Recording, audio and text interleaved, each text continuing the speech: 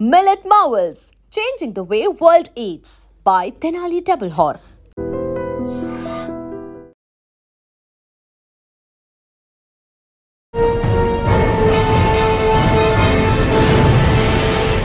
ఈ వారం మన గెస్ట్ 2004 బ్యాచ్ పోలీస్ ఆఫీసర్ పేరు కోన దుర్గా ప్రసాద్ గారు, circle inspector of police, Bhogapuram circle, Vizianagaram district.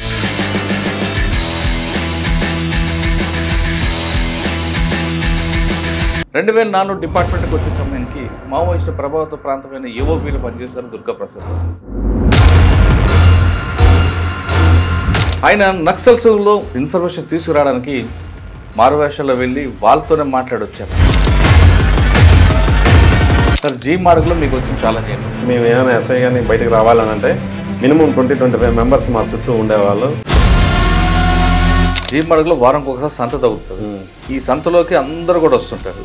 వాళ్ళు ఎవరు నక్సలట, ఎవరు సానుభూతి పరులో, ఎవరు ఏంటని చెప్పేవాళ్ళు కాదు. ఎలర్ట్గా ఉన్నాడు సార్ సంతలో. సార్, జీ మార్గ్లో మీకు బాగా గుర్తుండిపోయిన సంఘటన చెప్తారు. ఒకరోజు నైట్ అంతా జిల్లా అంతా కూడా మా గురించి ఇంకా నిద్రపోలేదు. బాకూరు వెంకటరమణతో మీరు మాట్లాడింది ఏం జరిగింది? ఊర్లో మీటింగ్ అవుతుంది సార్ అని చెప్పారు. అయితే పదండ్రా వెళ్దాం అని చెప్పేసి గిరిజనలోకి వెళ్ళాం. ఇక్కడ ఎస్ఐ గారు ఎలా ఉన్నారు, ఏం చేస్తున్నారు, అందరినీ హింసిస్తున్నారట, కొడుతున్నారట. మా ఎస్పీ గారు చెప్పారు వాళ్ళందరూ కూడా బాగా రాయాలి, వాళ్ళు 10th పాస్ అయితే, ఇంటర్మీడియట్ పాస్ అయితే వాళ్ళందరూ బయటకు వస్తారు. 10th కానీ పోయింది. 40 మినిట్స్ మీరు ఉన్నారు వంటలో. పట్టుకొని వెళ్దామని సాహసం చేశారా, లేదా ఇప్పుడు సిచ్యువేషన్ బట్టి మనం కామ్గుందాం అనుకున్నారు? తర్వాత మా ఆఫీసర్స్ నాకు చాలా మంది పీకారు. సార్, బాకూరు వెంకటరావుతో పాటు మీ బల్లెమల బోట్ ఉంటుంది. బోట్ బయటికి తీయడానికి చాలా టెక్నాలజీ వాడాము. క్రెయిన్స్ వాడాము, బెలూన్స్తో తీసాము. మీకు టార్గెట్ చేస్తూ ఒక అంబుష్ చేస్తారు. అర్జెంట్గా పోలీస్ స్టేషన్లోకి వెళ్ళిపోయి బయటకు రాకు, పోలీస్ స్టేషన్లో ఉన్నాము.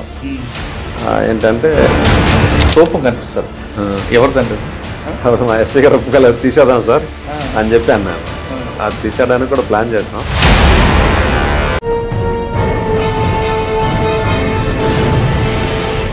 Welcome to crime diaries. ఈ వారం మన గెస్ట్ 2004 బ్యాచ్ పోలీస్ ఆఫీసర్ పేరు కోన దుర్గా ప్రసాద్ గారు, circle inspector of police, Bhogapuram circle, Vizianagaram district. 2004 డిపార్ట్మెంట్కి వచ్చే సమయానికి మావోయిస్టు ప్రభావిత ప్రాంతమైన ఏఓబీలో పనిచేశారు దుర్గా ప్రసాద్ గారు. అప్పట్లో పోలీసులు నక్సల్స్ సంబంధించిన వ్యవహారాల్లో ఒక అప్పర్ హ్యాండ్ రావడానికి గ్రామాలకు వెళ్ళడం, అక్కడ ఉన్న ఇన్ఫర్మేషన్ నెట్వర్క్ డెవలప్ చేయడంలో ముందుండేవారు. అందులో దుర్గా ప్రసాద్ గారు కూడా ఒక పార్ట్.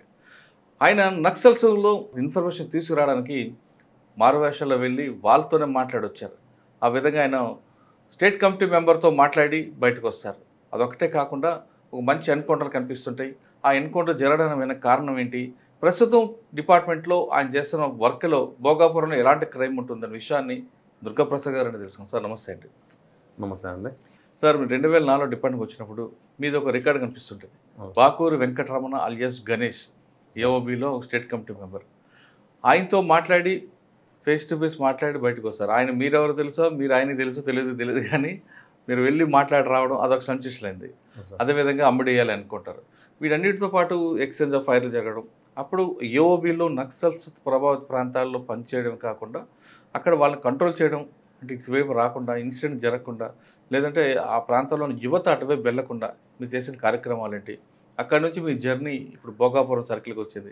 భోగాపురంలో హైవే కానుకున్న ఈ పోలీస్ స్టేషన్లో ఇటీవల కాలంలో ఎక్కువగా రోడ్ యాక్సిడెంట్స్ ఉన్న ఈ పోలీస్ స్టేషన్ ఇప్పుడు ఎయిర్పోర్ట్ రావడంతో సివిల్ మ్యాటర్స్ ఎక్కువ పెరిగినట్టున్నాయి. ఆ ఛాలెంజ్ని ఎలా మీరు ఫేస్ చేస్తున్నారు? ఈ ప్రశ్నకు సమాధానం చెప్పే ముందు కోన దుర్గా ప్రసాద్ గారు కుటుంబ నేపథ్యం, ఎక్కడి నుంచి స్టార్ట్ అయింది మీ జర్నీ? బై ఛాన్సా బై చాయిస్ ఇన్ఫార్మ్ చేసుకోవడం? మాది ఆమదాలవలస అండి, పూజారిపేట. చిన్నప్పటి నుంచి చదవంతా కూడా Amadavalasa junior college, Amadavalasa high school, Amadavalasa junior కాలేజీలో చదవడం జరిగింది. తర్వాత డిగ్రీ కూడా ఆంధ్ర యూనివర్సిటీలో చేయడం జరిగింది. పీజీ కూడా చేశాను, ఎంఏ ఆస్ట్రాలజీ చేశాను, ఎంఏ సోషియాలజీ కూడా చేశాను. హైదరాబాద్లో ఆస్ట్రాలజీ చేశాను. అనుకోకుండా నేను 1998లో ఎస్పీఎఫ్లో కానిస్టేబుల్గా భర్తీ అయ్యాను. అయిన తర్వాత అక్కడ చేస్తూ ఉంటే కానిస్టేబుల్గా ఏముంటుంది, ఆఫీసర్గా వెళ్ళాలి, డిగ్రీ కంప్లీట్ అయింది కదా అనేసి ఒక ఆయన మా ఎస్ఐ గారు స్పెషల్ ఫోర్స్ చేశాను. హైదరాబాద్లో సుమారుగా 4-5 ఇయర్స్ చేశాను. అంటే ఎక్కడ మీ డ్యూటీస్ ఏంటి అక్కడ? అక్కడ డ్యూటీస్ ఏంటంటే హైకోర్టు జడ్జెస్కి వాళ్ళకి సెక్యూరిటీ ఉండేవాళ్ళం. ఆర్ఎం బాపట్ గారని ఎక్కువ ఆయనకే ఉండేవాడిని హైకోర్టులో. ఆయన రిటైర్ అయిపోయారు. ఆ తర్వాత ఎన్వి రమణ గారికి కూడా సుప్రీంకోర్టు జడ్జి చేశారు. ఆయన ఫస్ట్ జడ్జి అయినప్పుడు నేనే ఫస్ట్ ఆయనకి సెక్యూరిటీగా ఉన్నాను. అక్కడ సంజీవ్ ఎస్ఆర్ నగర్లో ఉండేవాళ్ళం. అప్పుడు ఆయన అంతా కూడా అయిపోయిన తర్వాత అక్కడ నుంచి నేను ఇంకా డైరెక్ట్ సబ్ ఇన్స్పెక్టర్ అవుదామని చెప్పేసి ఇంకా కోచింగ్కి వెళ్తూ సబ్ ఇన్స్పెక్టర్ రావడం జరిగింది 2004లో. ఆల్రెడీ యూనిఫామ్ ఉన్నా ఇంకా ముందుకు వెళ్ళాలని ముందుకు వెళ్ళాలి. ఆ తర్వాత అప్పుడు 2004లో వచ్చేసాం. 2004లో ట్రైనింగ్ అయిపోయిన తర్వాత ఫస్ట్గా మా గోపీనాథ్ రెడ్డి గారు అని ఐజీ గారు ఉండేవాళ్ళు. సిఎన్ గోపీనాథ్ రెడ్డి గారు. ఆయనకి అడిగాం, సార్ నాకు సిటీ ఇవ్వండి సార్ అంటే, లేదురా నువ్వు ఏజెన్సీలో చేయాలి, నీకు ఏజెన్సీ ఇస్తారని వెళ్ళిపోమని చెప్పారు. అయితే అప్పుడు మాకు ఎక్కువగా ఉండేవారు ఏజెన్సీలో వెళ్ళగానే మేము అంతా కూడా వివి శ్రీనివాసరావు సార్ ఉండేవారు ఎస్పీగా. ఫస్ట్ మేము వెళ్ళగానే ఆయన దగ్గర రిపోర్ట్ చేసాం. రిపోర్ట్ చేసినప్పటికీ మాకు ఓఎస్డీగా వినీత్ బిజ్లాల్ సార్ ఉండేవారు. మాకు ఓఎస్డీగా వినీత్ బిజ్లాల్ సార్ ఉండేవారు. వినీత్ బిజ్లాల్ సార్ మా అందరినీ ఇంటర్వ్యూలు చేశారు. ఎక్కడ కావాలి ఏం కావాలని అందరినీ కూడా అడిగారు. నాకు చాయిస్ అప్పటికి నాకు ఏజెన్సీ గురించి కానీ ఏం కానీ తెలియకపోతే అప్పుడు సరే మీరు జీమాడుగులు వెళ్ళండి అన్నారు. సరే జీమాడుగులు వెళ్ళడం జాయిన్ 2006లో జాయిన్ అవ్వడం జరిగింది. ట్రైనింగ్ అంతా అయిన తర్వాత సార్ జీమాడుగులో మీకు వచ్చిన ఛాలెంజ్ ఏంటంటే కంప్లీట్గా ఎఫెక్టెడ్ ఏరియా. అప్పుడు అంతా బయటికి రావడానికి ఇంచుమించు మేము ఏమైనా ఎస్ఐ కానీ బయటికి రావాలని అంటే మినిమం 20-25 మెంబర్స్ మా చుట్టూ ఉండేవాళ్ళు. కానిస్టేబుల్స్ అంతా పార్టీ ఉంటేనే సివిల్ డ్రెస్లో పార్టీ ఉంటేనే బయటకు వచ్చేవాళ్ళం. పార్టీ లేకపోతే మాత్రం ఇంకా అక్కడ స్టేషన్లోనే ఉండేవాళ్ళం. మీరు వెళ్ళేసరికి అక్కడ జరిగిన ఇన్సిడెంట్స్ ఏంటంటే, మేము వెళ్ళేసరికి అప్పటికే అంతకుముందు ఒకసారి స్టేషన్ మీద అటాక్ జరిగింది. అలాగే అప్పటికే స్టేషన్లో ఉన్న హోంగార్డ్ని ఎన్కౌంటర్ చేయడం జరిగింది, హోంగార్డ్ని చంపేయడం జరిగింది. తర్వాత అలా ఇంకా వెళ్ళడానికి కూడా ఊళ్ళో వెళ్ళడానికి కూడా భయంగా ఉండేది.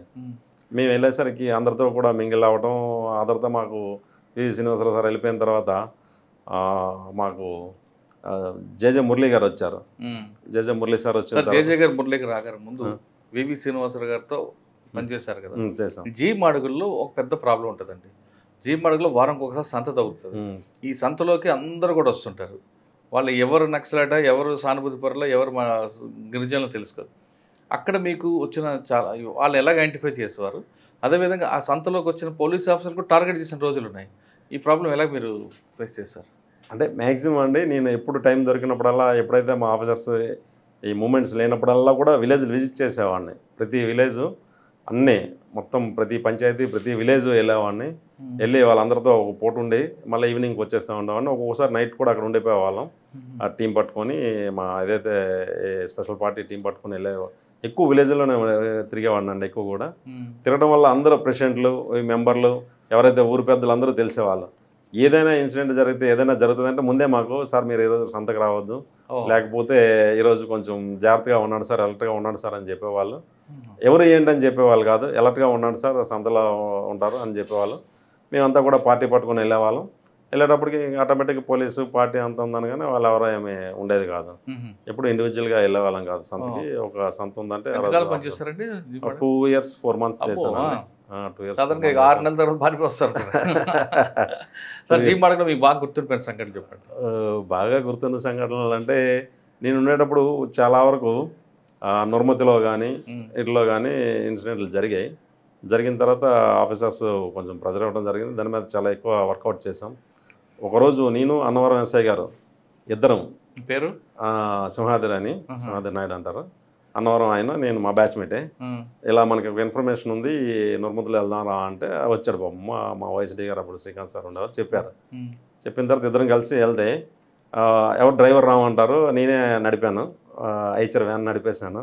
10 మందిని ఎక్కించుకొని వెళ్ళిపోయాము. ఎక్కడి వరకు? నుర్మతి వరకు వెళ్ళాం. అక్కడ దాటేసరికి అన్ని రోడ్ల మీద ఇంకా పెద్ద పెద్ద దొంగలు వేసేసారు. మాతో వచ్చినటువంటి ఏపీఎస్పీ వాళ్ళు కానీ భయపడిపోయారు. ఇంకా సార్ మేము రాము, వస్తే ఏదవుతుంది, మీరేమో డ్రైవర్ ఉన్నారు, మీరు ఇంకా నడపకూడదంటే. అంటే అది మనకు ఏఓబీలో కట్ ఆఫ్ బొయ్తిలి అటువైపు మీటింగ్ అవుతుందని తెలిసింది.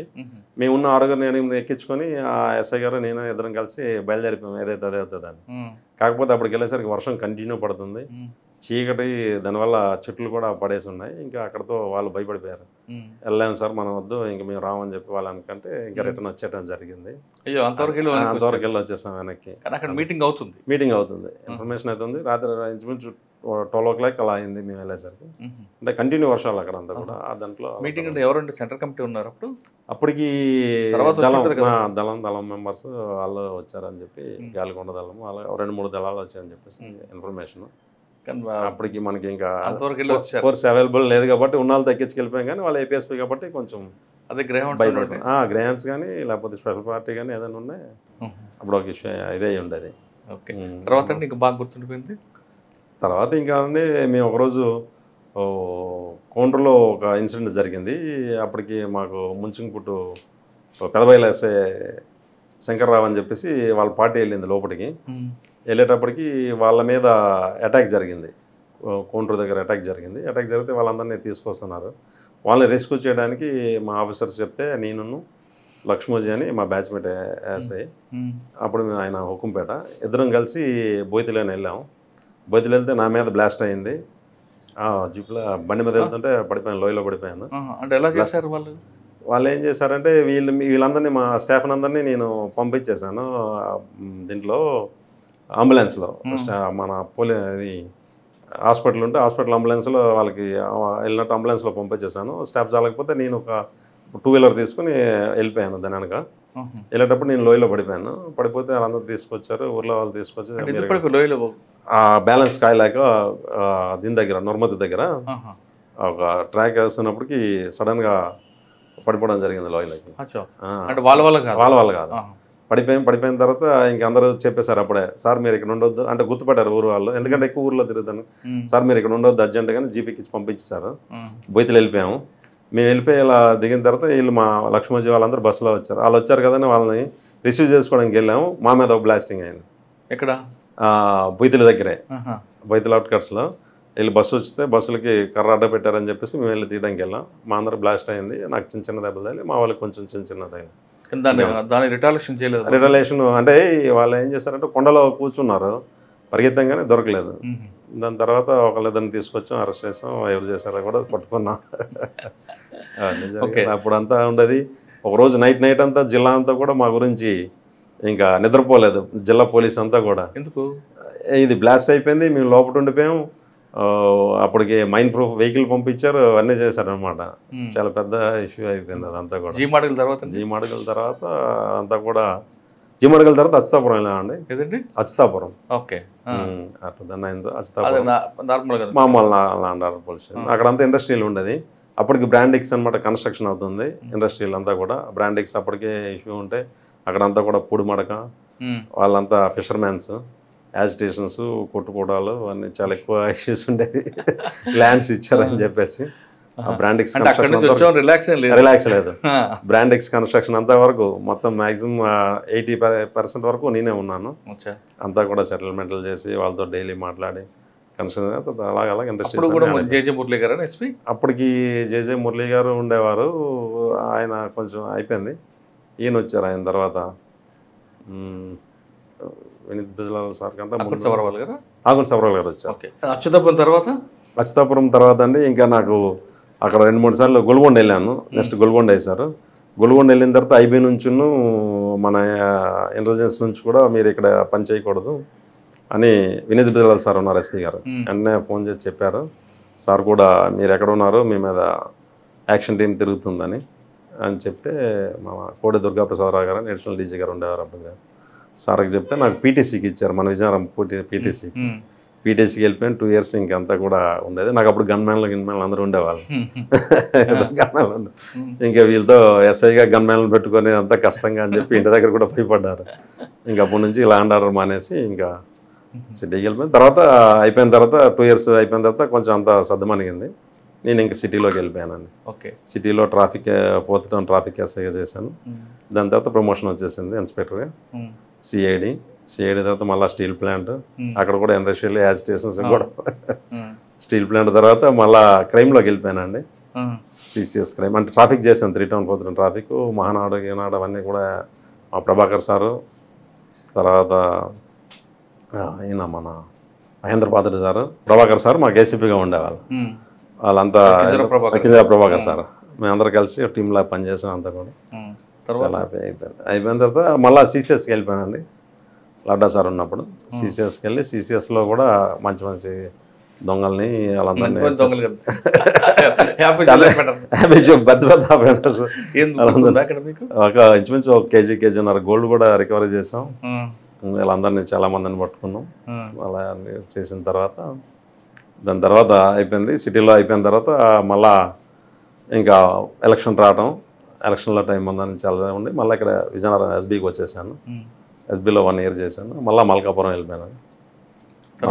మల్కాపురంలో అక్కడ ఇండస్ట్రియల్ కూడా అన్నీ కూడా చాలా ఎక్కువ industries, HPCL, stations, shipyard, dockyard అవన్నిటిలో లేబర్ ఇష్యూస్ చాలా వరకు ఫేస్ చేసాం, చాలా వరకు సాల్వ్ చేసాం ఇష్యూస్ లేకుండా. మల్కాపురం తర్వాత స్పెషల్ బ్రాంచ్కి వెళ్ళిపోయాను. ఇక్కడ విశాఖపట్నం తర్వాత ఇక్కడికి వచ్చేసి. ఓకే, మీరు సర్వీస్ చాలా సింపుల్గా చెప్పారు. ఏఓబిలో మీ ఫుట్ ప్రింట్ చాలా ఉన్నాయి. బాకూరు వెంకటరమణతో మీరు మాట్లాడింది ఏం జరిగింది చెప్తారు? ఏమంటే అప్పటికి మాకు కుతూహలం ఉండేది బాగా. ఏంటి అసలు ఏం మీటింగ్లు అవుతుంది ఏమవుతుంది మాకు మంచి అంటే అక్కడ ట్రైబల్స్ వాళ్ళతో ఒకసారి కలిసిపోయామంటే చాలా అప్పుడు జీమడుగులు ఉన్నప్పుడు కలిసిపోయామంటే వాళ్ళంతా కూడా ఇంకా ప్రాణం పైన వాళ్ళు చెప్పరు, మనకి ఏదైనా హెల్ప్ చేస్తారు. ఇలా అని తెలిస్తే మేము ఒకరోజు మీటింగ్ అయింది. నుర్మతి దాటి లోపలికి గొడవలకర ఏదో ఒక ఊరు ఉంది, ఊర్లో మీటింగ్ అవుతుంది సార్ అని చెప్పారు. అయితే 10 వెళ్దాం అని చెప్పేసి వాళ్ళతో పాటు వెళ్ళిపోయాం. ఎన్ని గంటలకి? రాత్రి 10:30, 11 అప్పుడు నైట్ సివిల్ డ్రెస్లో బండి మీద వాళ్ళు మా ఫ్రెండ్స్ మేమందరం ట్రైబల్స్ అక్కడ. వాళ్ళకి ఎవరికి తెలియదు, ఎవరికే తెలుస్తుంది అండి. ఆ నైట్లో ఇది వేసుకొని మీటింగ్లోకి వెళ్ళాం. వాళ్ళలాగే గిరిజనలోకి వెళ్ళాం. వాళ్ళు అప్పుడేమో వాళ్ళు మాట్లాడుతూ ఉన్నారు, ఇలా చెప్తున్నారు. అప్పుడు మీ ఎస్ఐ గారు వచ్చారు కదా, ఇక్కడ ఎస్ఐ గారు ఎలా ఉన్నారు, ఏం చేస్తున్నారు, అందరినీ హింసిస్తున్నారట, కొడుతున్నారట, అది చేస్తున్నారు ఇది చేస్తారంటే నాతో వచ్చిన మా వాళ్ళు అలాంటి ఎస్ఐ గారు ఏం లేదు, మాకు ఊర్లో వస్తే అందరినీ బాగా చూసుకుంటున్నారు, ఆయన ఉంటున్నారు దుర్గాప్రసాద్. నేను తెలియదు కానీ నా పేరు మాత్రం చాలా మందికి తెలుసు, దుర్గాప్రసాద్ అంటే. బాకూరు వెంకటరమణ అలియాస్ గణేష్ అప్పట్లో పోలీసింగ్ మోస్ట్ వాంటెడ్ బాగా. ఓకే, అంటే మీకు ఎదురుపడ్డాడుగా నేను చెక్కిపోయినా ఆయన యాటిట్యూడ్ ఎలా ఉంది, బాడీ లాంగ్వేజ్ పోలీసులు ఫెరోషియస్గా ఉండేవాడు అండి, చాలా ఫెరోషియస్గా ఉండేవాడు. ఎప్పుడు కూడా ఎగ్నెస్ట్గా ఉండేవాడు. ఏదైనా చేయాలి, ఏదైనా చేస్తే కూడా కొంచెం గట్టిగా అంటే రిలేషన్ గట్టిగా ఉండాలి, వీళ్ళందరూ కూడా ప్రజలకు ఏదో చేయాలని చెప్పేసి ఒక మోటివ్లో. ఎంత టైం వాళ్ళ స్పీచ్ విన్నారు? నేను ఇంచుమించు ఒక 40 minutes అలా ఉన్నాం. ఆ 40 నిమిషాల స్పీచ్లో ఒకరు కాదు 4-5 మాట్లాడారు. ఎవరెవరు? గణేష్ ఒకడు, తర్వాత ఇంకా ఎవరో పేర్లు గుర్తులేదు కానీ గుణకరాయ్ ఆయన కూడా ఉంటాడు కదా. లేదు సరే, మీరు 40 నిమిషాల స్పీచ్ విన్నారు కదా, విన్న తర్వాత వాళ్ళ స్పీచ్లో మీకు క్లారిటీ ఎంత వచ్చింది? నిజంగానే ప్రభుత్వం రాజ్యం ఇవన్నీ అంటుంటారు పదాలు, వాళ్ళు నిజంగా ఉందా లేదు అక్కడ ఉన్న గిరిజనులకి మోటివేట్ చేయడానికి వాళ్ళు డైవర్ట్ చేస్తారు? వాళ్ళకి నాలెడ్జ్ తక్కువ. అసలు ఏమవుతుందంటే వాళ్ళు ఎప్పుడు కూడా ఏదో పుస్తకాలు ఎవరో రాస్తారు, ఆ పుస్తకాలు చదువుతారు. తర్వాత ఈ ఏజెన్సీలో అంటే కొండ ఏరియాలో వాటిల్లో తిరగడం వల్ల వాళ్ళకి అసలు బయట ప్రపంచంలో సిటీలో ఏం జరుగుతుంది, ఇదేం జరుగుతుంది తెలియదు. వాళ్ళకి తెలియకపోవడం వల్ల, వాళ్ళకి సరైన ట్రాన్స్పోర్టేషన్ సరైన ఇది లేకపోవడం వల్ల వాళ్ళకి బయట ప్రపంచంతో తెలియకపోవడం. వాళ్ళు చెప్పిందే కరెక్టే, అక్కడికి అలా అవుతుంది. తర్వాత వీళ్ళకి ఏంటంటే ఎక్కడైనా హాస్పిటల్కి వెళ్ళినా, ఎక్కడైనా సబ్ కలెక్టర్ ఆఫీస్కి వెళ్ళినా, ఎక్కడికి వెళ్ళినా వాళ్ళకి సరైన గౌరవం లేకపోవడం, అక్కడ ఇమ్యులేషన్ అవ్వడం, వాటి వల్ల నిజమే ఆఫీసులో ఇలా ఉంది అనుకునేవాళ్ళు. మాకు ఇంకోటి అండి, నేను ఒక జిమ్మడుగులో బాగా నాకు ఇది వచ్చింది. మేము ఇది 10th class ఎగ్జామ్స్ అవుతున్నాయి. 10th class ఎగ్జామ్స్ అవుతున్నప్పుడు మా ఎస్పీ గారు చెప్పారు, వాళ్ళందరూ కూడా బాగా రాయాలి, వాళ్ళు 10th పాస్ అయితే, ఇంటర్మీడియట్ పాస్ అయితే వాళ్ళందరూ బయటకు వస్తారు. 10th కానీ పోయింది, 10th ఇంటర్మీడియట్ కానీ పోయిందంటే వాళ్ళందరూ కూడా మళ్ళీ అక్కడే ఉండి మనకి ఇదవుతారు. కాబట్టి వాళ్ళందరూ కూడా బాగా రాసేటట్టు, బాగా చేసేటట్టు అంటే అప్పుడు మనకు సబ్ కలెక్టర్ గారు నాకే చీఫ్గా ఇచ్చేసారు ఎగ్జామినేషన్ సెంటర్కి. అలాగలేదా అంటే ఆ పర్సెంటేజ్లో వాళ్ళందరినీ కూడా నాకు అది చాలా సాటిస్ఫాక్షన్ అయింది. అందరూ చాలా మంది పాస్ అయ్యారు. అప్పటి నుంచి పిల్లలు నాకు చాలా మంది వరకు ఇంజనీరింగ్ జాయిన్ అయిన ఉన్నారు, తర్వాత డిగ్రీలు చేస్తున్నారు, పీజీ చేసే వాళ్ళు ఇప్పటికీ మాట్లాడుతూ ఉంటారు. సార్ ఆ రోజు మీరు అలా చెట్టుబట్టి బాగా పాస్ అయిపోయారు సార్. ఇక్కడికి వస్తే వాళ్ళకి అందరూ కూడా చాలా వరకు తెలుసు. ఇంచుమించు 120 మంది 150 మంది ఉండేవాళ్ళు. చాలా వరకు మంచి రిజల్ట్ వచ్చింది అప్పుడు. సార్ బాకూరు వెంకటరమణ 40 నిమిషాలు మీరు మాట్లాడారా లేదా ఆయన మీకు గుర్తుపట్టాడా లేదా? ఆయన మమ్మల్ని గుర్తుపట్టలేదు. ఆయన గుర్తుపడితే నన్ను గెలిచిపెట్టరు కదా. 1-to-1 మాట్లాడుకున్నారా? 1-to-1 ఏం లేదు. ఆయన అడిగారు మా పక్క నుంచి, నేను ఎక్కడ ఓపెన్గా ఆయనతో డిస్కషన్ చేయలేదు. మనం చేస్తే ఎందుకంటే మన వాయిస్ మన ఇది తెలిసిపోతుంది. మనం ట్రైబుల్లో మాట్లాడలేము అంతే. గ్రూప్ లో కలిసిపోయి వీళ్ళతో మాట్లాడించాను. ఎలాగంటారు అలాగే. నేను అప్పుడు ఒక్కనే ఉన్నాను. మీకు వెపన్ క్యారీ చేశారా? వెపన్ పిస్టల్ కూడా పట్టుకొని వెళ్ళిపోయాను అంతే. వాళ్ళ దగ్గర అన్నీ ఉన్నాయి. ఎంతమంది ఉండొచ్చు అప్పటికి? 14 మంది 15 మంది వరకు ఉన్నారు. వాళ్ళందరూ కూడా ఈ సబ్జెక్ట్ వాళ్ళ తర్వాత తెలుసుకున్నారా? తర్వాత తెలుసుకున్నారు. తర్వాత వచ్చారో తెలుసుకున్నారు, వెళ్ళారు అని తెలుసుకున్నారు. ఏమంటారు వాళ్ళు? ఇంకేమంటారు? తర్వాత బాకూరు వెంకటరమణ చాలా సార్లు మీరు ట్రై చేశారు. ఎన్నిసార్లు మిస్ అవుతారండి మీ చేతిలో? నా దగ్గర ఒక 2 times అలా 3 times మనకి మిస్ అయిపోయారు. తర్వాత మరి ఎప్పుడు మనకి ఎదురుపడలేదు. సార్ సాధారణంగా మోస్ట్ వాంటెడ్ మీకు కావాలి, మీకు పోలీసులకి స్పీచ్ ఇస్తున్నాడు. 40 minutes మీరు ఉన్నారు 1-to-1లో. పట్టుకొని వెళ్దామని సాహసం చేశారా లేదా ఇప్పుడు సిచ్యువేషన్ బట్టి మనం కామ్గా ఉందామని అనుకున్నారా? అసలు ఏం జరుగుతుందో ఏంటో అసలు ఎలా ఉంటుందో వాళ్ళది నాకు అని ఇంట్రెస్ట్ మీద వెళ్ళిపోయింది తప్పితే. కానీ తర్వాత మా ఆఫీసర్స్ నాకు చాలా మంది పీకారు. వాళ్ళకి తర్వాత తెలిసిందంటే అంతే కదా, ఒక ఎస్ఐ వెళ్ళిపోయి లోపలికి వెళ్ళిపోయి అలా గవర్నమెంట్కి. సార్ బాకూరు వెంకటరమణతో పాటు మీ కెరియర్లో అమ్మిడియాలు అనుకుంటారు అయిపోయిందండి. అదంతా కూడా మా టీంలో అలా వచ్చాయి. ఏంటంటే అసలు ఏం జరిగింది? ఎక్కడది పుట్టి మునిగిపోవడం ఏంటి? అది అమ్మడేలు ఎన్కౌంటర్ అంటే అమ్మడేలు అక్కడ జీమడుగులు చేసేటప్పుడే అది ఒకపల్లి ఇష్యూ బాగా నడుస్తున్నప్పుడు వీళ్ళంతా కూడా ఇంకా ఫ్రీగా తిరుగుతున్నారు, ఏదో చేయాలని వచ్చారు. అప్పుడు దాని మీద ఇన్ఫర్మేషన్ వస్తే మా ఎస్పీ సార్ వాళ్ళు పంపించారు. అకున్ సబర్వాల్ సార్, అప్పుడు శ్రీకాంత్ సార్ ఇద్దరు ఉన్నారు వైఎస్డీగా. శ్రీకాంత్ సార్ దగ్గర మోటివేట్ చేసి శ్రీకాంత్ సార్ అంతా కూడా ప్లాన్ చేసి పంపించారు. ఎంతమంది అందులో? అప్పటికి 6 ఉండేవాళ్ళు, 2 తప్పిపోయారు. 4కి 5 కాల్పులు పుట్టిలో ఇచ్చేసారు. అది మనకి ఇదైంది కదా ముంచు. అది మన దీని దగ్గర పుట్టి బలిమెల అది పుట్టి అది వేరే బలిమెల బోట్ ఉంటుంది. అప్పుడు నేను లేను, దాని తర్వాత వెళ్ళాను. అప్పుడు జీమడుగులే ఉన్నాను. అందులో మా బ్యాచ్మేట్ శంకర్రావు అని వెళ్ళారు, లక్ష్మోజీ అని వీళ్ళిద్దరు వెళ్ళారు. వాళ్ళిద్దరు వెళ్ళారు. శంకర్రావు గారు చనిపోయారు బలిమెల. ఇప్పుడు రామకృష్ణ గారు వీళ్ళందరూ కూడా వచ్చుంటున్నారు కదా తర్వాత అందరూ వచ్చారు. ఇన్సిడెంట్ అప్పుడు నేను జీమాడుగు వెంటనే వెళ్ళిపోయాను. నేను మా జితేందర్ సార్ మీ అందరం కలిసి మీరు వెళ్ళేసరికి సీన్ ఎలాగుందండి? సీన్ అంతా అది ఇది కదా, వాటర్ బోట్ మునిగిపోయింది అంతా వాటర్. అదంతా కూడా వాటర్ ఉంది. జీమాడుగుల నుండి ఎక్కడికి వెళ్ళడానికి? జీమాడుగుల నుంచి నేను హెలికాప్టర్లో వెళ్ళాను. వైజాగ్ నుంచి హెలికాప్టర్లో వెళ్ళాను. సందీప్ శాండిల్ సార్ ఉండేవారు అప్పుడు డిఐజీగా. సందీప్ శాండిల్ సార్తో నేను ఇద్దరం కలిసి డేలో ఉదయాన్నే ఇలా అయింది. చిత్రకొండ దిగారా? చిత్రకొండలో దిగి అంతా కూడా ఇంకా అక్కడ నుంచి ఇంకా ఆకుల సబర్వాల్ అంటే మా ఎస్పీ సార్ వీళ్ళందరూ వెళ్ళిపోయారు. అప్పటికే ముందు రోజు వెళ్ళిపోయారు వీళ్ళందరూ కూడా. తర్వాత రోజు నేను సందీప్ శాండిల్ సార్ మేమందరం కలిసి దీంట్లో వెళ్ళాం హెలికాప్టర్లో. ఇంకా కంటిన్యూ 15 days ఉండిపోయాం అక్కడ. చిత్రకొండ ఇంకంతా కూడా బాడీస్ అన్ని ఇంకా అది బోట్ బయటికి తీయడానికి చాలా టెక్నాలజీ వాడాము. క్రెయిన్స్ వాడాము, బెలూన్స్ తో తీసాము.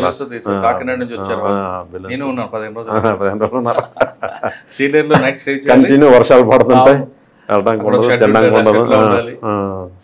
ఆ టైంలో ఒక ఇన్ఫార్మర్ వచ్చారు, మీకు గుర్తుందా? వాళ్ళకి ఇన్ఫార్మర్ వస్తాడు, వాడు అరుస్తుంటాడు, అక్కడ సౌరవరాలకి ముఖానికి గుడ్డ కట్టి తీసుకొస్తారు. గుర్తుందా సార్? ఆ తర్వాత ఇవి కాకుండా ఇప్పుడు మీరు చెప్పారు ఇందాక 10th class ఎగ్జామ్స్ రాసిన వాళ్ళని మంచి పాస్ అయితే ఆ విధంగా ఇంకేమన్నా మీ యాక్టివిటీస్ అక్కడ అటువైపు వెళ్లకుండా ఉన్నాయి? అటువైపు వెళ్లకుండా ఉండడానికి మాకు జజ మురళీ సార్ ఉండేవారు. ప్రతి ఊరికి క్రికెట్ కిట్లని అలాగే వాలీబాల్ కిట్లని మంచి మంచి ఇవి పెట్టేవాళ్ళం. ఏదైనా పండగలు అయ్యేటప్పుడు అవి అయ్యేటప్పుడు వాళ్ళకి ప్రోత్సాహాలు ఇచ్చేవాళ్ళం. అందరూ కూడా ప్రతి ఊరికి వాలీబాల్ కిట్స్ ఇచ్చేవాళ్ళం, వాలీబాల్స్ ఆడిపించేవాళ్ళం. మా జీమడుగుల పోలీస్ స్టేషన్లో అందరినీ పిలిచి ఇవి పెట్టేవాళ్ళం, కాంపిటీషన్స్ పెట్టేవాళ్ళం. అందరూ అప్పుడు పోలీస్ స్టేషన్ రావడానికి భయపడేవాళ్ళు. ఆ తర్వాత ఫ్రీగా అయిపోయింది. వాళ్ళందరూ కూడా ఇక్కడ కాంపిటీషన్ పెడుతున్నాం, ప్రతి పంచాయతీ నుంచి అందరు రావాలని అంటే అందరు రావటం, వాళ్ళకి భోజనాలు పెట్టడం, పిల్లలందరూ కుర్రోళ్ళందరూ కూడా రావటం, ఆడటం, గెలిచే వాళ్ళు కప్పు గెలిచేవాళ్ళం. కామేశ్వరరావు గారు అని ఇన్స్పెక్టర్ గారు ఉండేవాళ్ళు, అని బాగా సహకరించి అంతా చేసేవాళ్ళం. సార్ అది జీమడుగులో ఎందుకంటే ఎక్కువ టార్గెట్ అవుతుంది? కట్ ఆఫ్ ఏరియాకి దగ్గర ఉందన్నా అది ఒరిస్సా బోర్డర్కి ఒకటి, తర్వాత ఏమో మనకి లాంగ్ లోపలికి ఉంటుంది. అప్పుడు మరి ఇంకా ఎలక్షన్ జరిగినా ఫస్ట్ జరుగుతుంటాయి, క్రైమ్ జరిగినా ఫస్ట్ అక్కడ ఉంటుంది. అంటే ప్లస్ ఈ లీడర్స్ అందరూ హెడ్ క్వార్టర్ అదా ఏమన్నా అలాగే ఉండదు. బాగా మన వెంకటరామది ఎక్కడ? బాకూరు వెంకటరామది చింతపల్లి దగ్గర కానీ ఎక్కువ జీమాడుగుల కసింకోట అంటే అది టెరైన్ బాగా ఇది ఉంటుంది. తర్వాత ఇక్కడ ఎక్కువ వీళ్ళు ఉంటారు, కోందులు వాళ్ళు ఉంటుంది. ఆ టెరైన్ వల్ల ఎక్కువ దానికి ఉంటాయి, షెల్టర్ తీసుకోవడానికి చేయడానికి. మీకు టార్గెట్ చేస్తూ ఒక అంబుష్ చేస్తారు. తెలుసు వేసారు. నేను ఒక రోజు నర్సీపట్నంలో ఉండేటప్పుడు బందోబస్తు డ్యూటీలో ఉండేటప్పుడు మా ఎస్పీ గారు ఫోన్ చేశారు, దుర్గాప్రసాద్ నువ్వు ఎక్కడ ఉన్నావు? లేదు సార్ ఇలా నువ్వు అర్జెంటుగా పోలీస్ స్టేషన్లోకి వెళ్ళిపోయి బయటకు రాకు, పోలీస్ స్టేషన్లో ఉన్నా అన్నారు. ఏంటంటే పోలీస్ స్టేషన్లోకి వెళ్ళాను, ఐబీ నుంచి ఫోన్ వచ్చింది, సార్ మీరు ఎక్కడ ఉన్నారని. నేను ఎక్కడ బాగుంది, మీరు అర్జెంట్ ఆ పోలీస్ స్టేషన్లో ఉంటే సేఫ్ అండి, మీరు తెల్లవారిన వరకు బయటకు రాకూడదు అని అన్నారు. అందుకని ఇంకా నైట్ అంతా పోలీస్ స్టేషన్లో ఎవరో యాక్షన్ టీం వచ్చింది అనేసి అప్పుడు టాపిక్ అన్నమాట. అంటే యాక్షన్ టీం ఒక ఎస్ఐ కోసం దిగారంటే మీరు చేసిన వర్క్ వాళ్ళకి ఎంత నష్టం చేస్తుంటారు కదా మరి. ఇక అంటే చాలా వరకు వాళ్ళకి పబ్లిక్తో బాగా మింగిల్ అయిపోయామండి, పబ్లిక్ని ఎవరిని ఎప్పుడు మనం ఇది అవ్వలేదు. ఓన్లీ పార్టీ వరకే నష్టం కానీ పబ్లిక్లో ఏమీ ఇది లేదు. చాలా పార్టీలోకి ఎవరు రాకుండా మీరు కుర్రోళ్ళందరికీ కూడా ఎడ్యుకేట్ చేయడం, వాళ్ళని ఆడించడం చేయటం, వాళ్ళతో కలవటం, వెళ్ళేటప్పుడు అందరినీ పిలిచి మాట్లాడాలి, స్కూల్కి వెళ్ళి పాఠాలు చెప్పడాలు, స్కూల్కి వెళ్ళి చాలా స్కూల్లో పాఠాలు చెప్పేవాళ్ళం, పిల్లలతో అందరితో కలిసేవాళ్ళం, వెళ్ళేటప్పుడు అందరికీ అవి పంచేవాళ్ళం. సాధారణంగా ఆ ఏరియాలో వాళ్ళు తీసుకురావడం చేయడం కాకుండా కొంతమంది అన్నం పెట్టిన వాళ్ళ మీద కేసులు పెట్టిన రోజులు ఉన్నాయి. అటువంటి పని అవి ఉంటాయండి ఆటోమేటిక్. ఎందుకంటే సింపథైజర్స్ అని వీళ్ళు పెడతారు, వాళ్ళని కంట్రోల్ చేయకపోతే వీళ్ళు కంట్రోల్ కారని చెప్పి వాళ్ళకి అలా పెడతారు. వార్నింగ్ ఇచ్చి కేసులు బాగా గుర్తుపెట్టిన సంగతి చెప్పండి. కుమ్మింగ్లో ఏముండండి, కుమ్మింగ్లో మామూలు అన్నీ కూడా. వాకపల్లి సంఘటన వాకపల్లి సంఘటన అంటే అది మా బ్యాచ్మేటే రవికుమార్ అని, ఆయన వెళ్ళారు, మా వెపన్స్ ఏ ఉన్నాయంటే వెళ్ళారు, వాళ్ళ మీద వాళ్ళంతా కూడా తిరగబడ్డారు. సరే వాకపల్లి మనం వెళ్తున్నప్పుడు లెఫ్ట్ సైడ్ ఉంటుంది, స్ట్రైట్కి వెళ్తే జీమాడుగు రోడ్, స్ట్రైట్కి వెళ్తే ఒకపల్లి నిర్మల్ దాటిన తర్వాత ఒకపల్లి లెఫ్ట్ సైడ్ ఉంటుంది. తిన్నగా వెళ్ళిపోతే బొయ్తిలి అని ఒక పంచాయతీ ఉంటుంది. బొయ్తిలి నుంచి మధ్యగారు, అది మధ్యగారు అని ఉంటుంది, మధ్యగారు నుంచి అటు బొయ్తిలి, అటు వెళ్ళిపోతే గోమంగి పెదబైలు అలా వెళ్ళిపోతాం. మధ్యగారు సంత కూడా అవుతుంటుంది, మధ్యగారు సంత అవుతుంటుంది. ఎవ్రీ వీక్ సంతలో కంపల్సరీ వెళ్తాను. స్తూపం కనిపిస్తారు, ఎవరిదండి అది? సూర్యమెట్ట అని ముందు ఉంటుంది స్తూపం, సూర్యమెట్ట అని, ఆ సూర్యమెట్ట దగ్గర ఉంటుంది. అది వాళ్ళు కట్టారు అప్పుడు, అది నేను వెళ్ళిన తర్వాత కట్టారు. ఆ స్తూపం కోలుకొట్టాలని మీరు చూసారు? నేను చూసాను. అప్పుడు మా ఎస్పీ గారు ఒప్పుకోలేదు, తీసేద్దాం సార్ అని చెప్పి అన్నాను. అది తీసేయడానికి కూడా ప్లాన్ చేసాం, కాకపోతే మళ్ళీ వద్దులే అని చెప్పేసి ఆగిపోయింది. సరే వాకపల్లి సంఘటన ఒక్కళ్ళు నాకు పెద్దగా తెలియదు అంత గురించి. బ్యాట్స్మెన్ రవి గారు రైట్ అండ్ దానికంతా కూడా ఆయనే ఫేస్ చేశాడు చాలా వరకు. అంతా కూడా ఇష్యూ అయింది, అంతా కూడా అది ఫేక్, అంటే అదేం జరిగేదేం కాదు, ఇది లేదు. కాకపోతే ఆ పోలీస్ తాలూకా మూమెంట్ కట్టైల్ చేయాలి, ఇటు రాకూడదు అని చెప్పేసి అలాగా హైలైట్ చేశారు, హైలైట్ చేశారు. ఇంకా నక్సల్స్ మూవ్మెంట్ గురించి మాట్లాడుకుంటే ఇప్పుడు మనం ప్రజెంట్ సిచ్యువేషన్ వద్దాం. ఇప్పుడు భోగాపురంలో ఒకప్పుడు రోడ్ యాక్సిడెంట్లు ఎక్కువ ఉండేవి, చిన్న చిన్న పెట్టి కేసులు ఉండేవి. ఇప్పుడు భోగాపురం ఎయిర్పోర్ట్ రావడంతో ల్యాండ్ రైడ్ పెరిగింది, సివిల్ డిస్ప్యూట్స్ ఎక్కువ వస్తుంది, దాంతోపాటు రోడ్ యాక్సిడెంట్స్. ఈ రెండింటిని మీరు ఎలా కంట్రోల్ చేస్తున్నారు? రోడ్ యాక్సిడెంట్స్కి మా ఎస్పీ సార్ బాగా కోఆపరేట్ చేశారంటే 2 మొబైల్స్ ఇచ్చారు, రోడ్ సేఫ్టీ మొబైల్స్. అవి 2 కూడా ఎనీ టైం, ఒకటి నాతవలస టోల్గేట్ నుంచి సవర్వేల్ వరకు, ఒకటి సవర్వేల్ నుంచి రాజపులవ వరకు. మాకు రాజపులవ వరకు జంక్షన్ 18 కిలోమీటర్స్ స్ట్రెచ్ ఉంది. 18 కిలోమీటర్స్లో 9 కిలోమీటర్స్ అది, 9 కిలోమీటర్స్ ఇది మధ్యలో. 2 కూడా 24/7 అవైలబుల్గా ఉంటాయి మొబైల్స్ 2 కూడాను. అలాగే నేషనల్ హైవే వాళ్ళు కూడా వాళ్ళ క్రెయిన్స్, వాళ్ళ దానికి అంబులెన్స్లు వాళ్ళు కూడా ఉన్నాయి. ఎక్కువ ఏం చేస్తాను అంటే ఏది కూడా పార్కింగ్ అయిపోకుండా చేయకుండా చూస్తాను. ఎక్కువ ఏమవుతుందంటే హైవేలో అన్నెసరిగా పార్కింగ్ ఉంటే వెనక నుంచి వచ్చేవాడికి లైటింగ్ వల్ల దానివల్ల యాక్సిడెంట్లు అయ్యి ఉంటాయి ఇంతకుముందు. ఇప్పటి వరకు చాలా తగ్గించాం అవన్నీ కూడా. పార్కింగ్ లేకుండా, పార్కింగ్ ఉందంటే మావాడు వెహికల్ హార్న్ చేసుకొని వెళ్తూ ఉంటాడు, అవి ఆటోమేటిక్ తీస్తున్నాం. అలాగే లైటింగ్స్ కూడా ఎనీ టైం. ఇంతకుముందు ఏంటంటే ఈ లైట్స్ గట్రా ఆపేసేవాళ్ళు, అది ఎప్పుడు లైట్ ఆగిపోయిందంటే వెంటనే మా వాళ్ళు అక్కడే ఉంటారు కాబట్టి వెంటనే ఎక్కడ ఆగిపోయింది ఏముంటుందని వాళ్ళతో నేషనల్ హైవే వాళ్ళతో కనెక్ట్ చేసి లైట్లన్నీ వేయిస్తున్నాం. దాని తర్వాత మూమెంట్ ఎక్కువ, పోలీస్ మూమెంట్ ఎక్కువ రోడ్డు మీద ఉంటుంది కాబట్టి వాళ్ళు కూడా కొంచెం అలర్ట్ అవుతుంటారు. Road actions. సివిల్ డిస్ప్యూట్స్ అంటే ఏమవుతుందంటే మీ సర్కిల్లో అంటే మాకు అలా ఏమి ఉండదు. ఇక్కడ ఏముంటుందంటే ఎక్కువ ఉన్న కేసులు ఏంటి, ఎక్కువ ఏంటవుతుందంటే ఒకసారి వాళ్ళ తాతలు అప్పుడు ఒక ల్యాండ్ రేట్లు చాలా తక్కువ, 50 ఎకరా 50,000కి 1 lakh 2 lakh 3 lakh అమ్మేసేవాళ్ళు. అప్పుడు అంతా కూడా వేస్ట్ ల్యాండ్స్, అంటే ఓన్లీ తోటలు, సర్వీ తోటలు, ఏవో జీడి తోటలు, సర్వీ తోటలు అలాంటివి వేసుకునే ఉండేది కానీ పంట పొలాలు కాదు కాబట్టి వాటిని ఎవరు పట్టించుకునే వాళ్ళు కాదు. వన్స్ ఎయిర్పోర్ట్ ఇక్కడంతా కూడా ఇది అయిన తర్వాత అవన్నీ కూడా అమ్మేసిన వాళ్ళే వాళ్ళ తాళ్ళగా మా తాత సంతకం పెట్టలేదు, మా నాన్న సంతకం పెట్టలేదు, ఇది మా తాతది కాదు, మా నాన్న కాదు, ఇప్పుడు 20 సంవత్సరాల క్రితం 50 సంవత్సరాల కదా అని మళ్ళీ లిటిగేషన్స్ పెట్టి, అంటే ఏదో అమౌంట్స్ వస్తాయి, డబ్బులు వస్తాయి, ఇచ్చేస్తారని చెప్పేసి వీళ్ళతో ఎందుకని చెప్పేసి అలా జరుగుతూ ఉంటాయండి. ఏమున్నాయి సివిల్ డిస్ప్యూట్స్లో మేము ఎంటర్ అవ్వండి, ఏమున్నాయి త్రూ కోర్టుకి వెళ్ళిపోమంటాం, కోర్టులో చేసుకుంటారు వాళ్ళని. మీ దగ్గర సివిల్ డిస్ప్యూట్ కోర్టు అంటారు, కోర్టుకి వెళ్తే టైం పడుతుంది, ఇంకా థర్డ్ పార్టీ ఎంటర్ అవుతాడు, అటు సెటిల్మెంట్ చేసుకుంటూ బతుకుతుంటాడు. అది అప్పుడు మనం ఒక రౌడీని పోషిస్తున్నట్లే కదా. అలా అని అంటే అలాంటిది ఉండదు, అలాంటివి అయితే పొజిషన్ కరెక్ట్, ఎగ్జాక్ట్లీ మీరు చెప్పింది 100% కరెక్టే. కాకపోతే అలాంటివి ఉండదు. వాళ్ళు ఏదైతే ఎప్పుడైతే వాళ్ళ పెద్ద మనుషులు ఉంటే పొలిటికల్ ఉంటుంది, లేకపోతే పెద్ద మనుషులు ఎవడో చెప్పేటప్పుడు వినేటప్పుడు వినరు వాళ్ళు, ఎందుకంటే ఇలా గొడవలు పడడానికి ఇష్టపడరు కాబట్టి చేస్తుంటారు. మేము అలాంటివి ఏమున్నా మా దృష్టికి వచ్చినా కూడా కేసులు పెడుతుంటాం, వాళ్ళ మీద పెడతాం. అలాగే ఏమి ప్రజెంట్ అయితే అలాంటివి మన దృష్టికి రాలేదు, ఎవరో అలా సెటిల్ చేస్తున్నట్టు ఇది చేస్తున్నట్టు ఏం రాలేదు. ఎందుకంటే ఇక్కడ ప్రజలు కూడా చాలా తెలివైన వాళ్ళు, చాలా తెలివైన వాళ్ళు, ఏదైనా ఉంటే వాళ్ళ వరకే ఉండాలి తప్పితే కానీ ఇంకొకరికి వెళ్ళడానికి ఇష్టపడరా. సరే, మీరు ట్రెడిషనల్ క్రైమ్ ఉన్నప్పుడు వచ్చారు ఫీల్డ్లో, ఇప్పుడు సైబర్ క్రైమ్ నడుస్తుంది. మీ లిమిట్స్లో సైబర్ క్రైమ్ ఎవరు ఎఫెక్ట్ కాకుండా, బాధితులు కాకుండా ఉండాలంటే పబ్లిక్ ఇచ్చే మెసేజ్ ఏంటి? మేము బాగా అవేర్నెస్ మీటింగ్స్ పెడుతున్నామండి సైబర్ క్రైమ్స్ మీద. చాలా వరకు మా మహిళా పోలీసులతోని, అలాగే విలేజ్లు విజిట్ చేసేటప్పుడు కూడా సైబర్ క్రైమ్స్ వాళ్ళకు కూడా చెప్తున్నాం. ఎవరు కూడా అన్నెసరీగా వచ్చినటువంటి లింకులు ఓపెన్ చేయడం కానీ, అన్నెసరీగా అంటే మనకి మెసేజ్లు వస్తుంటాయి, ఎస్ఎంఎస్లు కానీ, వాట్సాప్లో కానీ, ఏపీకే ఫైల్స్ కానీ, లేకపోతే ఈ సైబర్ ఈ లింకులు వస్తూ ఉంటాయి, అవేవి కూడా అన్నెసరీగా ఓపెన్ చేయొద్దని చెప్తాను. అలాగే లాటరీలు వచ్చాయి, అలాగే జాబులు ఇస్తాం, ఈ వర్క్ చేస్తే అంటే ఈ టార్గెట్లు చేస్తుంటే మీకు అమౌంట్స్ వస్తూ ఉంటాయి, అలాంటివన్నీ వస్తాయినప్పుడు అలాంటివి ఎడ్యుకేట్ చేస్తాను. చాలా వరకు తగ్గాయండి, అంతవరకు ఇదేం లేదు. ఇప్పుడైతే మరి ఇంకా మ్యాక్సిమం మాకైతే ఏం లేవు. వచ్చిన వెంటనే కూడా మేము 1930కి ఫోన్ చేయమంటాం, ఒక ఏదైనా అయిపోయిన వెంటనే 1930కి కాల్ చేయమంటాం. కాల్ చేస్తే ఇమీడియట్లీ అవి ఏమైనా ఉన్నాయి ఫ్రీజ్ అవుతున్నాయి, వాటిలో మేము కేసులు కడతాను, వాళ్ళకి ఫ్రీజ్ అయిన అమౌంట్స్ ఇప్పిస్తాను. ఓకే, ఒక కానిస్టేబుల్గా డిపార్ట్మెంట్కి వచ్చారు, తర్వాత ఎస్ఐగా రాశారు, ఇప్పుడు సిఐ గారు, నెక్స్ట్ డిఎస్పీ, అడిషనల్ ఎస్పీకి వస్తారు. కానీ మీకు ఒక గోల్ ఉంటుంది, ఆ గోల్ ఏంటంటే? గోల్ అంటే ఏం లేదండి, పిల్లల్ని బాగా చదివించుకోవాలి, మన పిల్లలు మన మీద ఆధారపడకుండా ఉండాలి, హ్యాపీగా రిటైర్మెంట్ లైఫ్ హ్యాపీగా ఉండాలి, అంతే. నా భార్య నేను హ్యాపీగా ఉండాలి. డిపార్ట్మెంట్ రావాలనుకునే వాళ్ళకి మీ ఇచ్చే మెసేజ్ ఏంటంటే?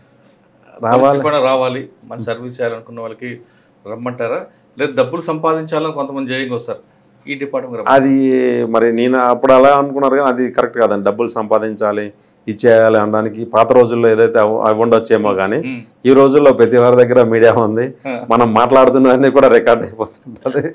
అలాగే మనకు తెలియకంటే మన వీడియోలు వచ్చేస్తుంటాయి. ఆ డబ్బులు సంపాదించడం అనేది ఎప్పుడూ పోయింది, అదేం లేదు. మనం అలాంటివన్నీ పెట్టుకోవాల్సిన అవసరం లేదు. హ్యాపీగా ప్రజలకి సేవ చేయాలి, నీడీ పీపుల్కి మనం ఏదైనా న్యాయం, నీడీ పీపుల్కి ఏదైనా న్యాయం చేయాలి, ఏదైనా ఇది ఉండాలనుకుంటే గోల్ ఉండేటప్పుడు రావచ్చు. డిపార్ట్మెంట్ అయితే ఎప్పుడు ఇదే డైరెక్ట్గా ప్రజలకి మనం అందుబాటులో ఉండేది. మాకు ఒకరు చెప్పారు, ఒక డాక్టర్ అంటే ఊర్లో 4-5 డాక్టర్లు ఉంటారు, 10 మంది డాక్టర్లు ఉంటారు, మనకి చాయిస్ ఉంటుంది. పోలీస్ స్టేషన్లో అలాంటి చాయిస్ ఉండదు, ఒకే సబ్ ఇన్స్పెక్టర్ లేకపోతే ఇన్స్పెక్టర్ ఉంటారు, ఎస్ఎస్ఓ, ఆయన దగ్గర వెళ్ళాలి. కాబట్టి ఎవరికైనా అన్యాయం జరిగినా ఏం జరిగినా కూడా మనమే ఫస్ట్ రెస్పాండెంట్, మనమే ఫస్ట్ రెస్పాన్స్ అవ్వాలి. కాబట్టి ఇది వేరే ఉంటుంది, మనస్తృప్తి ఉంటుంది, కిక్ వేరే ఉంటుంది. ఒకరికి సాయం చేసాం అమ్మాయిలు అనేసి అలా ఉంటే రావచ్చు. ప్రజలకి ఏమైనా కష్టం కానీ నష్టం కానీ జరిగితే వేరే డిపార్ట్మెంట్కి వెళ్తే ఒక పరిధి మాత్రమే అనుకుంటుంది. ఉదాహరణకు కరెంట్ పోతే కరెంట్ డిపార్ట్మెంటు, నీరు రాకపోతే వాటర్ వర్క్స్, మున్సిపాలిటీ, పంచాయతీ ఉంటాయి. కానీ వాళ్ళు ఆ పరిధి వరకు మాత్రం చేస్తారు. కానీ పోలీస్ దగ్గరకు వస్తే అన్ని డిపార్ట్మెంట్లో కూడా వాళ్ళు వెళ్తారు. సాధారణంగా ప్రజలకు ఏ కష్టం వచ్చినా కరెంటు పోయినా పోలీస్ అని కాల్ చేస్తారు, మంచినీరు రాకపోయినా పోలీస్ అని ఎందుకంటారంటే ప్రజలకి పోలీసుల మీద అంత గౌరవం ఉంది. ఆ గౌరవం, ఆ నమ్మకాన్ని ఒమ్ము చేయకుండా పనిచేయాలనుకున్నవారు ఖచ్చితంగా ఈ డిపార్ట్మెంట్ అంటే అంటున్నారు దుర్గాప్రసాద్ గారు. ఈ డిపార్ట్మెంట్కి వచ్చిన తర్వాత మనం పేద ప్రజలకు సహాయం చేస్తామన్న కిక్కు, దాని లైఫ్ వరకు ఎండ్ వరకు ఎంజాయ్ చేయొచ్చు. కానీ డబ్బులు సంపాదించాలని మాత్రం ఈ డిపార్ట్మెంట్ సూటబుల్ కాదు అన్నది దుర్గాప్రసాద్ గారి స్టోరీ చెప్తుంది. ఆయనలో ఇంకో గొప్పతనం, ఎక్కడ చదివాము, డ్యూటీ ఉంది, కష్టపడ్డామని కాకుండా ఒక కానిస్టేబుల్గా వచ్చి తర్వాత ఎస్ఐ అయ్యి అక్కడ ఒక మార్క్ తెచ్చుకొని ఆ ఫుట్ ప్రింట్స్ ఇప్పుడు కూడా కనిపిస్తున్నాయంటే మనం చేసిన వర్క్ రిటైర్ అయిపోయే వరకు కూడా ఉంటాయన్నది ఈ స్టోరీలో మనకు ఒక రోల్ మోడల్ కనిపిస్తుంది. చాలామంది సీనియర్ ఆఫీసర్స్ కానీ లేదా ఈయన పనిచేసిన ప్రాంతాల ఆఫీసర్స్ ఇంటర్వ్యూకి వెళ్ళే ముందు ఎంక్వైరీ చేస్తున్నప్పుడు చెప్తుంటారు, నక్సల్తో వెళ్ళి మాట్లాడడం కానీ లేదా ఎక్స్చేంజ్ ఆఫ్ ఫైర్ల విషయంలో కానీ ప్రజలు అటువైపు వెళ్లకుండా ఉండడానికి వాళ్ళు చేస్తున్న కార్యక్రమాలు అన్నది మంచి కార్యక్రమాలు చేస్తే ఎప్పటికీ ప్రజలు మర్చిపోరు అన్నది దుర్గాప్రసాద్ స్టోరీలో మనకు తెలుస్తుంది. కాబట్టి ఎవరైనా పేద ప్రజలకు సహాయం చేయాలనుకుంటే ఖచ్చితంగా పోలీస్ డిపార్ట్మెంట్ రండి, మీ గోల్ని రీచ్ అవ్వండి, అందులో వచ్చిన కిక్ని మీరు అనుభవించండి. ఇది దుర్గాప్రసాద్ గారు ఎక్స్క్లూజివ్ ఇంటర్వ్యూ. వచ్చే వారం మరొక ఇష్టం మళ్ళీ కలుద్దాం. అంతవరకు నమస్తే, థ్యాంక్ యూ అండి, thank you very much. Appreciate Murali, your insights. iDreams founder and CEO Chinna Vasudev Reddy గారితోని మురళీధర్ క్రైమ్ స్టోరీస్ చాలా ఫేమస్ అయిపోయినాం.